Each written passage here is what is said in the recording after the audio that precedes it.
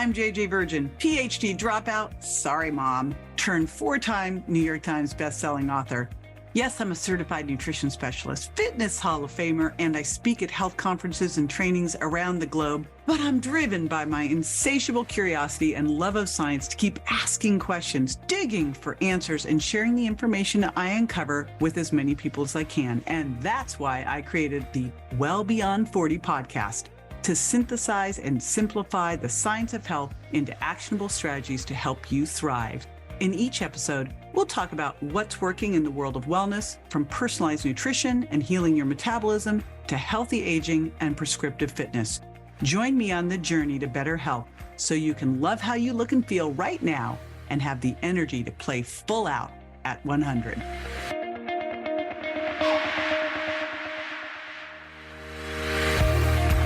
All right, so this is a first for the Well Beyond 40 podcast. I've got an award-winning personal trainer who's the author of 3 books and the host of the Adversity Advantage podcast, who is also a former convicted felon and became fit and healthy in prison.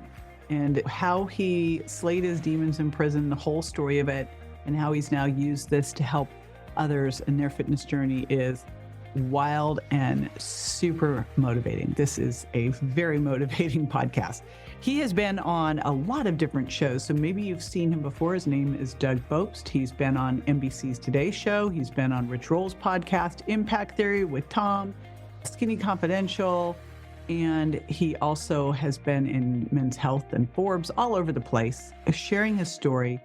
And he also has a documentary about his life that has been screened at the Real Recovery Film Festival in LA and New York City.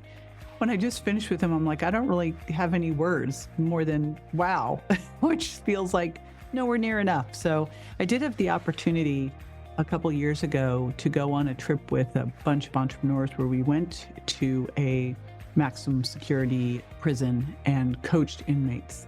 And so I haven't been in a cell, but I have been to prison and experienced some of this. So it gave me a little bit better understanding, nowhere near what it would be like to be in this situation, but talk about someone who has used a situation to not only turn their life around, but help so many people. So super excited to share this with you. We do touch on how to drop your belly fat too, by the way, but we really talk about what needs to shift in you in order to become the healthy, fit person you want to be. So I will be right back with Doug, and stay with me.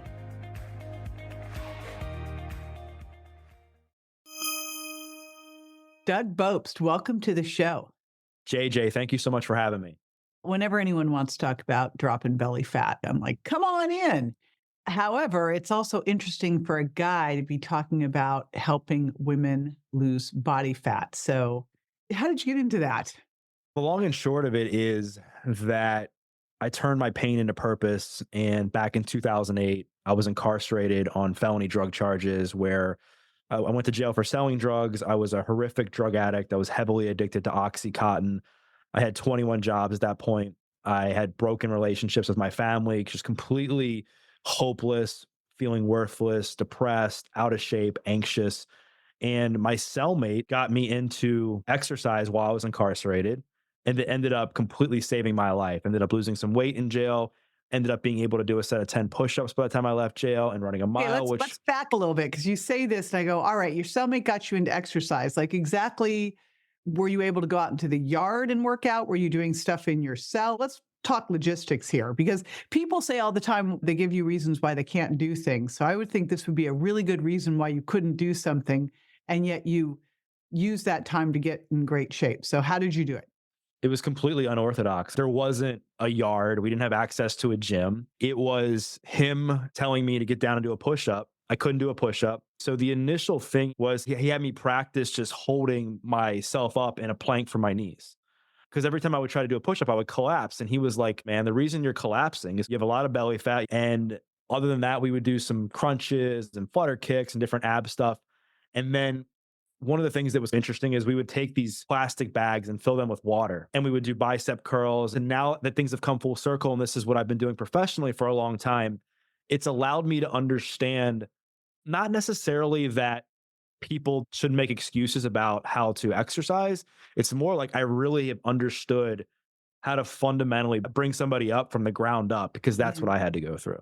Yeah, I think that is so important because if you look online, it can be really intimidating. One of the reasons I like to work with people one on one is that you can meet people where they are and remember where they're starting from. It's like you got to get back into that mindset to help someone progress. And I'll tell you, Doug, I remember the first time I took a client to the gym, and this poor woman, she'd been in my aerobic studio, and I just started learning how to help people lift weights. And I took her for a 2-hour training session.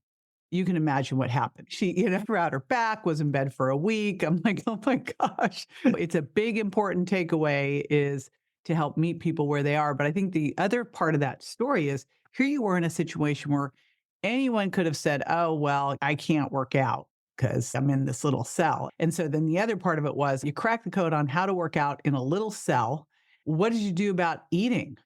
Yeah, and that's an interesting point that you bring up because I think one of the things that I've been able to implement with all of my personal training clients, whether or not they're male or female, is developing like a deep rooted why as to why they're starting this fitness journey because it can't just be about losing weight. So in jail, you could go to the jail store and you could order things like oodles and noodles, you could order tuna, you can order an assortment of food in there.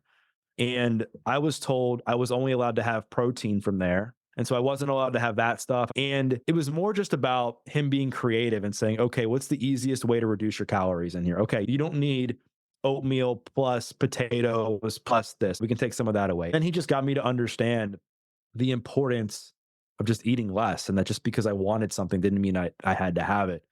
So once I got into fitness and I learned to harness a lot of the negative emotions that I had been experiencing into something positive where I could gain understanding, I could learn to control my emotions and practice gratitude and self-awareness when I needed to. I wasn't as attached to using food as a coping mechanism like I was before I went to jail.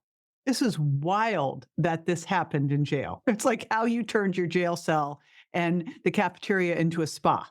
It's crazy. When I tell people that jail saved my life, I truly mean it. I have the workout plan that my cellmate gave me the day I left, framed on my bookshelf with all my books because I never want to forget where I came from. When I went into jail, I cried because I didn't want to go in for obvious reasons. When I left, I cried because I didn't want to leave. That's how transformative it was. But it taught me so much. And a lot of what it taught me in there has not only been lessons and coaching techniques that I think are unmatched that I share with my training clients, but it's also given me this big adversity muscle that even if life gets hard and gets challenging, I can still push through and overcome things. Can you describe what you looked like and felt like walking in and walking out? Yeah. So, like I mentioned, I was a horrific drug addict walking in there, and I was snorting 400 milligrams of Oxycontin up my nose every single day. And the first thing I was focused on is how am I going to get my fix today? How am I going to be able to snort enough Oxy to be able to feel normal again? I would do that. And in the afternoon, I would go to a fast food place. I would get a cheesesteak, a couple slices of pizza, French fries, and like soda. And then I would get high again. And I would go to McDonald's and I would get something like 4 double cheeseburgers, some fries, and a milkshake. I would repeat a variety of that every single day. So that gives people an idea of what I would eat. Then I was like 50 pounds overweight. I could have been a model for Pillsbury because I was like 40% body fat. Some people, they're overweight and they're at least strong and they at least have a decent physique behind there. I was just fat. And the first thing I had to do when I got into jail was detox cold turkey from the Oxy, which was like having the worst case of the flu for weeks. The symptom was the most painful for me that I think would really transform me. And I think it's an important lesson for people. And I'll keep it as clean as I can. But like any good coach he would be like, hey, so what got you here? Why are you in jail? Why were you addicted to drugs? And I started blaming everybody else for my problems. And he looked at me and he's like, quit being a victim. You're blaming every single person for your problems but yourself. There's plenty of people that go through your circumstances that aren't in jail, right, Doug? You have 2 choices. You can be a man, look yourself in the mirror and decide it's up to you to change. No one's coming to save you. Or you can go be a victim and go cry in the corner and say it was me. That was the first time I really felt motivated and inspired in my life to really make a change. At that point, I'd realized like this guy is clearly right. Like my life is a mess. I was the guy that you wouldn't want your son to hang out with. I didn't want to live anymore. There was times where I would have a line of Oxy and some Coke. I wonder if I snorted this, if anybody would miss me. Like I was that far down the deep end. When I left, I had a different swagger because when I first walked into jail, my shoulders were rounded forward. I was very quiet. Like he picked up on that. He was like, this guy needs some help. And one of the things he had me work on was my posture because I was overweight, but I also hated myself so much and had no confidence that I would look down at the ground. I wouldn't look at people when I was talking to them. And he was like, this is the first thing we're going to work on. You got to walk with your shoulders back, chest out. You have to understand the importance of having good posture. And then he worked on how I talked to myself because I had the worst negative self talk. There was nothing positive ever going through my mind.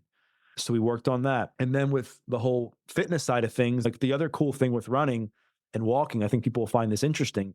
There's no like track inside of a jail. There's a perimeter around the common area where there's tables, like a cafeteria. I would have a deck of cards in my hand and memorize like rap music and other music that I liked to like give me some motivation, right?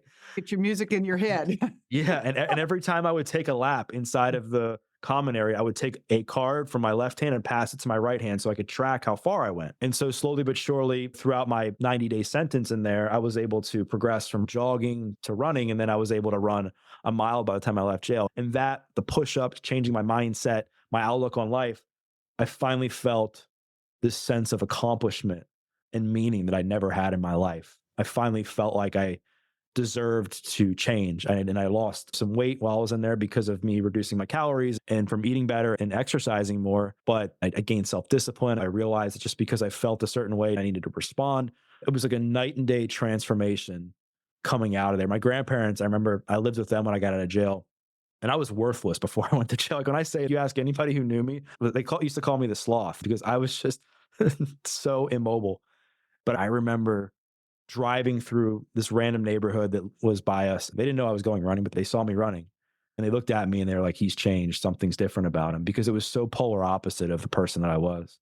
This is just such a wild story. I'm listening to this story going, was this guy paid by the county as like a coach that they put in different people's jail cells? Wow. You look at the road less traveled and you think, what would have happened if someone else had been in that jail cell? When you see these things that go, what was the worst time of my life became the best time of my life and was such a necessary, pivotal thing. It's just amazing. So you came out of jail, a shifted person. What'd you do?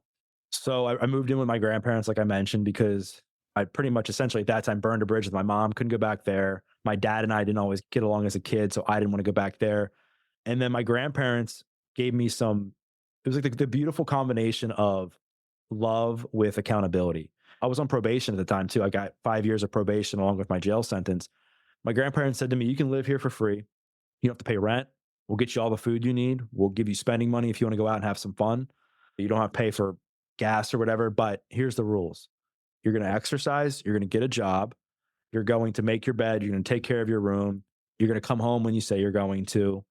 And you're going to bring us receipts for all the money that we give to you. And if you mess up once, you're out. And then I continued on the fitness journey and ended up losing a bunch of weight, getting to a place fitness wise where I was like, man, I need to share this gold. I need to help other people do what I just did. And so I ended up applying for a job to become a personal trainer at this place called the Maryland Athletic Club. And I had to beg for my job because I was a convicted felon. And thankfully, after going back and forth with HR and just talking to me more about my past, they gave me a job. It was like a new high for me to be able to talk to people about fitness and goal setting because I had been there. I had been all of those people. So I could connect well with my training clients. And so I was very fortunate that in my first year, I became the most successful personal trainer in the history of the company. When you look at all of this, you've got the science on one side, but science without a great coach isn't going to get you anywhere. You've got to understand what you're doing and how to do it correctly, but then the coaching piece of it really is everything. I think, especially in the last couple of years, we really have a crisis of self-worth. And I'll tell you, one of the most interesting things, Doug, a couple of years ago, I did a query to my audience. And I said, if you are not where you want to be in your health, in your body composition, why not? What came back was self-worth issues. I'm not worthy. It was not what I expected to hear. As you're working with someone, if they don't believe they're good enough, if they can't see themselves in that next great iteration of themselves, they'll snap right back to where they were. I've worked with a lot of people over the years, just that they just have a horrible relationship with themselves and they can't manage stress. They hang around people that are encouraging them to make unhealthy decisions. They don't have a good relationship with the people around them. I've learned that if I don't at least help guide them to work on that, at the other stuff doesn't really matter because they're not going to be able to see long-term progress. And it's just this never-ending cycle. There's two things. There's one, I was doing a talk and someone said, what strategy would you use to help someone once they've gotten to where they want to be in terms of their health? Because as we know, there's no standing still, right? You're going up the hill or down the hill. They said, what would you do to help them sustain that? And I said, what you always do is find fitter friends. I got some hate on social media about that. But boy, if I want to be more successful at something, am I going to hang out with someone who doesn't know how to do it? Or am I going to find someone who's really good at the thing and hang out with them? I mean, think about it from this way. You run Mindshare, you've been involved in mastermind groups. What happens to these people when they're collectively in a group? They get better, they make more money, they're fitter, they're healthier, they're happier, right? And I think that's true with anything. One of the biggest questions I'll get asked is, where do I find new people? And I always say, go to the gym, go to a yoga studio, go somewhere where there's health involved, because these people are forward thinkers. They have a level of self-awareness and they're very inviting and accepting. And I think once you get over the fact that nobody cares how much weight you're lifting or how long you can hold a certain pose, and you let your guard down a bit, you find that you end up meeting friends at the gym that in many ways last a lifetime. Exactly. You don't want to be the smartest person in the room or the fittest person in the room. And I'll tell you, for a couple years, I went and spoke at a really beautiful spot called Calavi. And when I was there, I decided to take a yoga class because I brought a girlfriend with me and she made me. And I avoided them because I was so bad at it. And everyone knew I was the guest speaker there. As the teacher's leading me through this yoga class, she's like giggling because it's so ridiculous that I'm like falling over. So I got my husband on board because he's my partner and all this stuff. And we start going to LA Fitness yoga class. Because you know what? If you go to the LA Fitness yoga class, everyone was 10, 20, 30 years older than me. And there were a lot of guys. And one easy way to be better in the yoga class is to go with an old guy who's not very flexible. So I didn't feel like the worst person in the class, but we were in the bottom third. But then we went on vacation and we ended up at an advanced hot yoga class in Encinitas, California by accident. And it just made me realize from that point forward, I was like, that's it. I am not going back to the easy class over there at LA Fitness and trying to fool myself that I'm some kind of yogi. I started going to the harder classes. I can now do those crows where you balance on your elbows. I'm like, game on, I'm going to do it. And I think that's really important because it's in life. It's so easy to get into ruts and to go, oh, everything's good enough, and just go into that gym. It's fun. People are so nice in the gym. They're happy. They've got endorphins going. Like they want to help each other. They're very accepting. And this is coming from somebody who's seen both sides. My intention here isn't to stereotype, but I just want to paint a picture. A lot of times people who want to transform into a healthier life are people that might be going out drinking too much or hanging out at clubs late at night. And they're afraid of going to the gym because they're like, am I going to get into some sort of conflict? Is somebody going to make fun of me about my weight or what I'm lifting? And yet you're way more likely to get into an argument or an altercation at a bar than you ever would in a gym. That's so funny. Do you know what we did the other day? And I want to share one other mindset thing and getting some body fat tips. The other night, my girlfriend here in town, Dr. Lisa Coach, we're doing a girls' night out. First, she puts me in a text thread and she goes, okay, what shall we do for GNO? And I go, what's GNO? And they're like, you really need to get out more. I'm like, oh, but we went to a place in St. Pete, Florida, that's called Goodnight John Boy. And it is literally a 70s club. And it's all 70s tunes. People literally dress up like that. And we went in there at 7:30 and danced till 10. It was so packed at 10, we had to leave. Like we just went in there, had sparkling water and danced our butts off.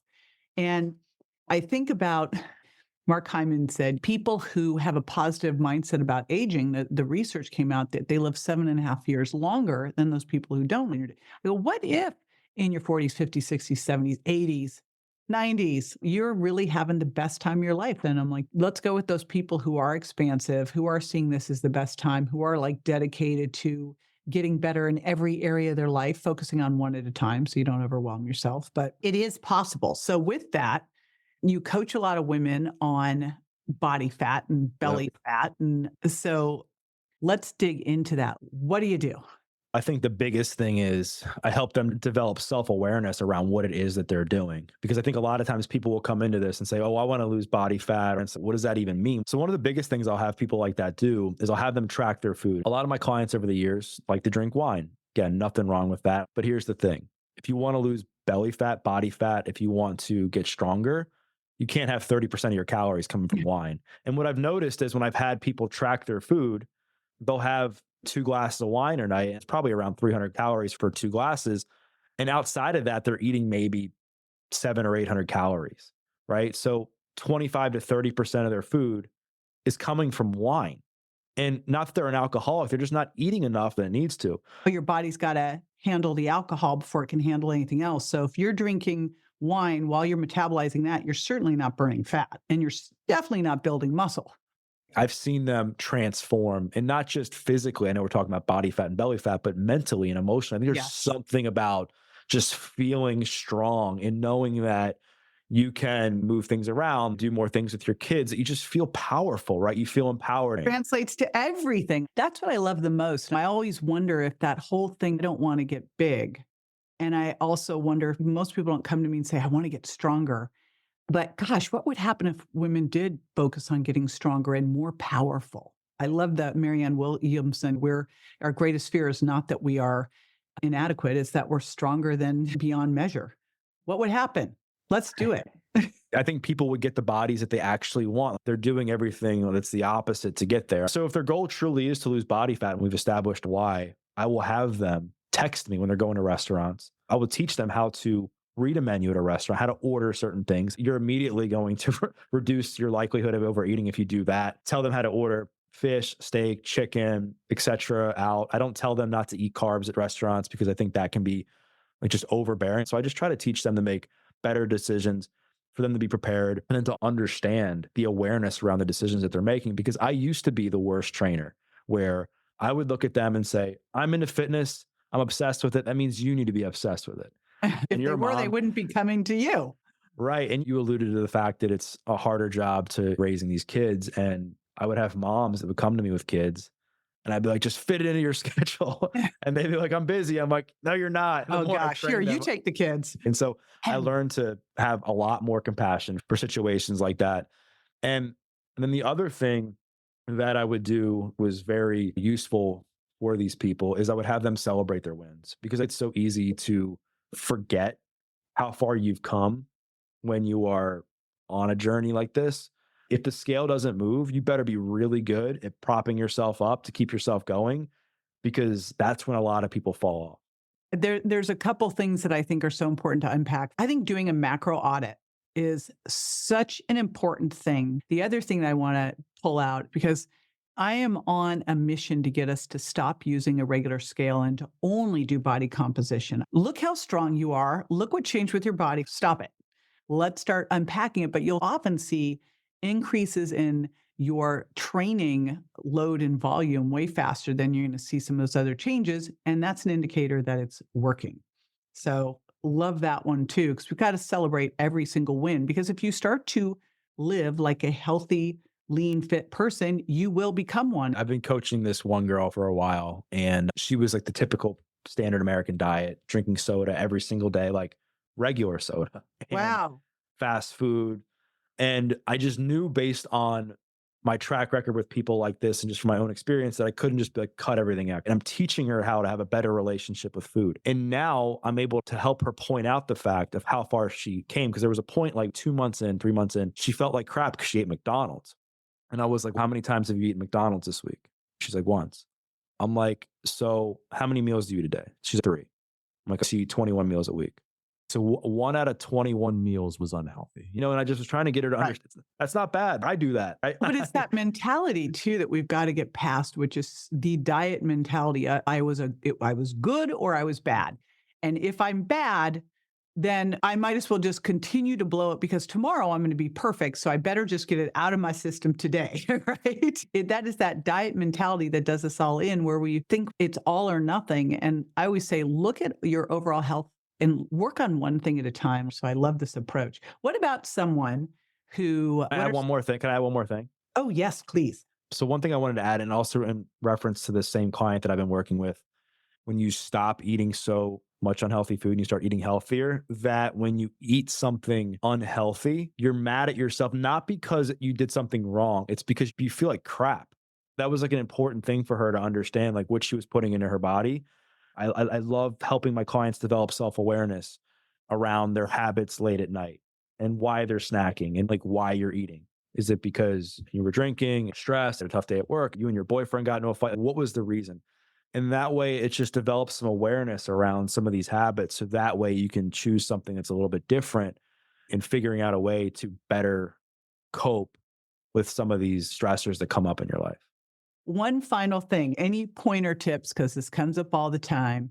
Sure. And it can either be called hitting a plateau or getting in some weight regain. Like if someone gets in that stuck position, do you have any tips for unsticking them?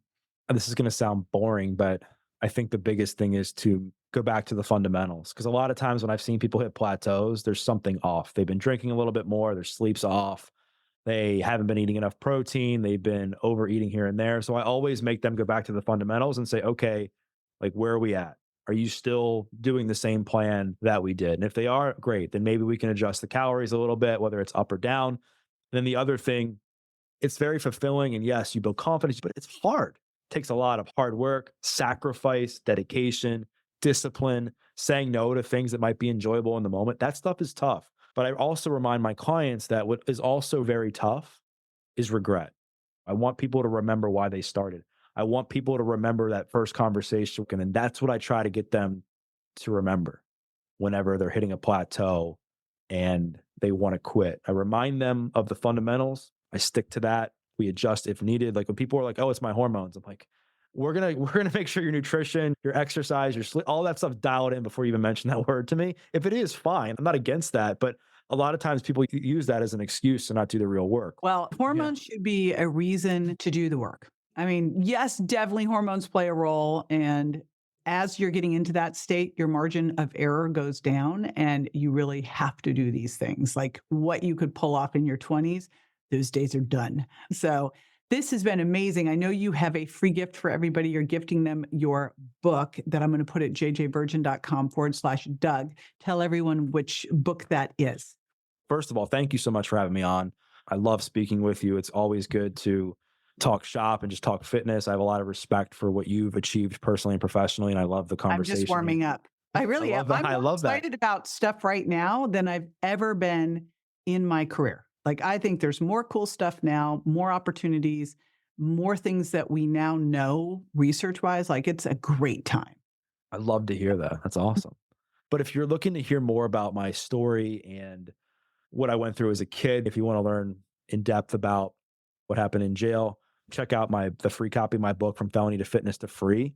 One thing I will add that everybody asks me this. Everybody's always, what happened to the cellmate? And we actually met up after he got out of jail to work out together, which was cool because I was able to actually keep up with him for his workout instead of my little novice workout. And, I always acknowledge that he transformed my life. I dedicated my first book to him, and I know I had a big impact on his life, but he actually passed away last year. And it was one of the hardest days of my life because one of the things, and I get like emotional when I talk about this because like you said, you were like, it could have been anybody else in that jail that wasn't him. And my life would have been completely different. But when he died, his mom messaged me and let me know. And then I got a message from like his cousin or somebody in his family that was like, you don't know me, but I was going back and looking at people that were connected to him on Facebook. And I saw you sharing podcast episodes where you shared your story and it talked about like the cellmate or whatever. And I would listen to them.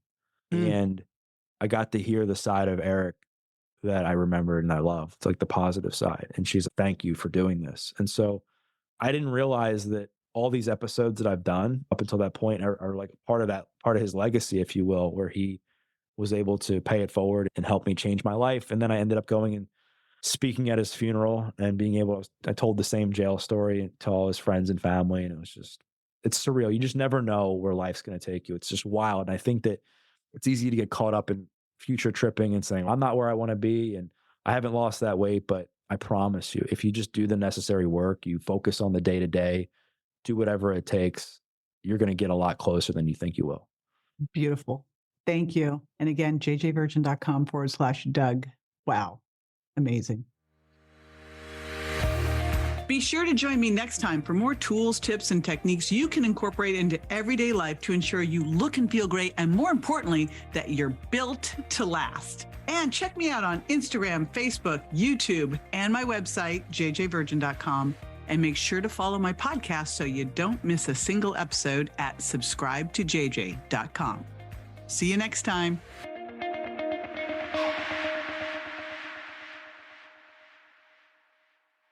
Hey, JJ here. And just a reminder that the Well Beyond 40 podcast offers health, wellness, fitness, and nutritional information that's designed for educational and entertainment purposes only. You should not rely on this information as a substitute for, nor does it replace professional medical advice, diagnosis, or treatment.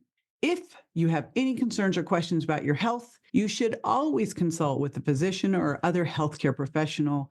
Make sure that you do not disregard, avoid, or delay obtaining medical or health-related advice from your healthcare professional because of something you may have heard on this show or read in our show notes. The use of any information provided on this show is solely at your own risk.